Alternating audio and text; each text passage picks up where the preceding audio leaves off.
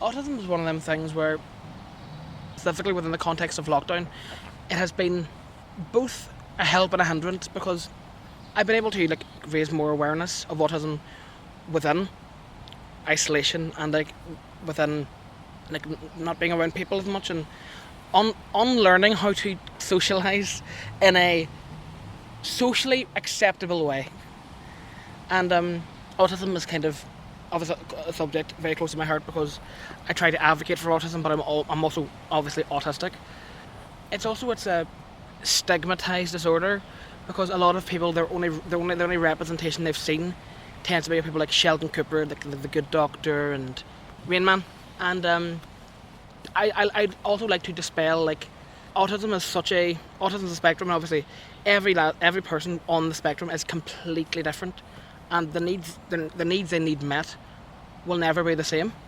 But there's always that media representation of that one style of autism, which is kind of like the savant, the genius, who's not always the nicest to people, and it's kind of, I want to dispel that is not always the case. It can be. There are definitely people who show the classic symptoms and have hyperfixation. Every autistic person tends to have hyperfixations, but not every case is the same.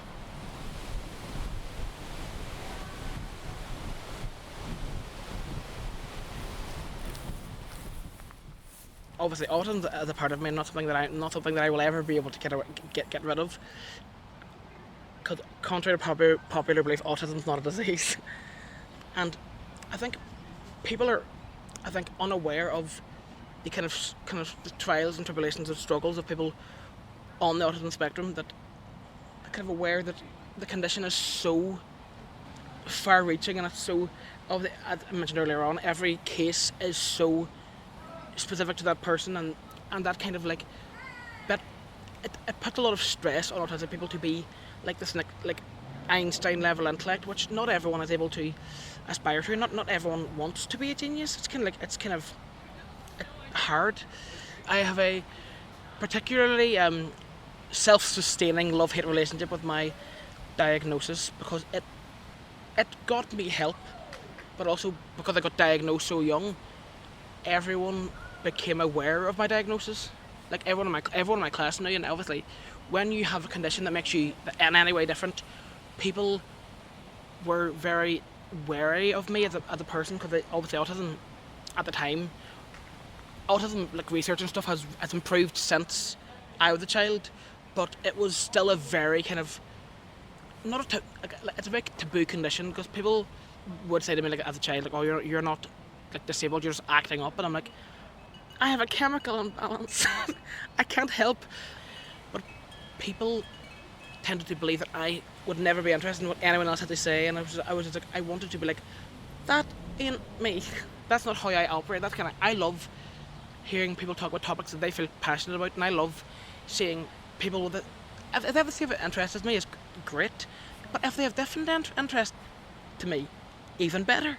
I learn about different subjects, I learn about what they love, and I will be able to then work that into a conversation with them. Because I like to tailor each conversation I have to the specific person I'm talking to, because then it shows that I care about what they have to say.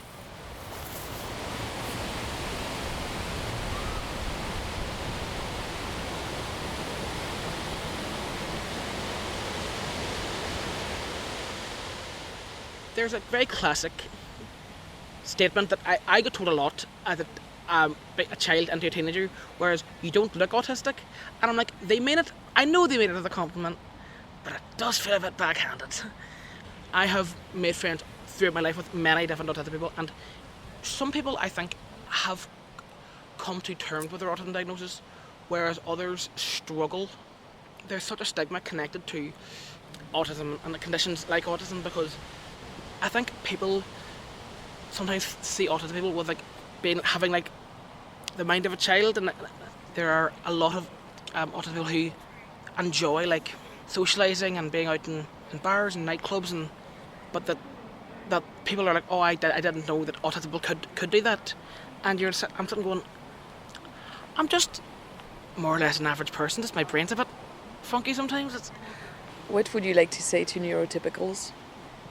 Be aware that sometimes what you think is a compliment is not. Sometimes I felt like some people were around me just so they could have something to joke about, and it was always about like I was happy to have friends, but then I started having friends at the cost of my own mental health, which wasn't fun. It was always about like it was like I was the butt of every joke, and people would be like, haha, autism funny, and I'm like, it's not really, but thank you.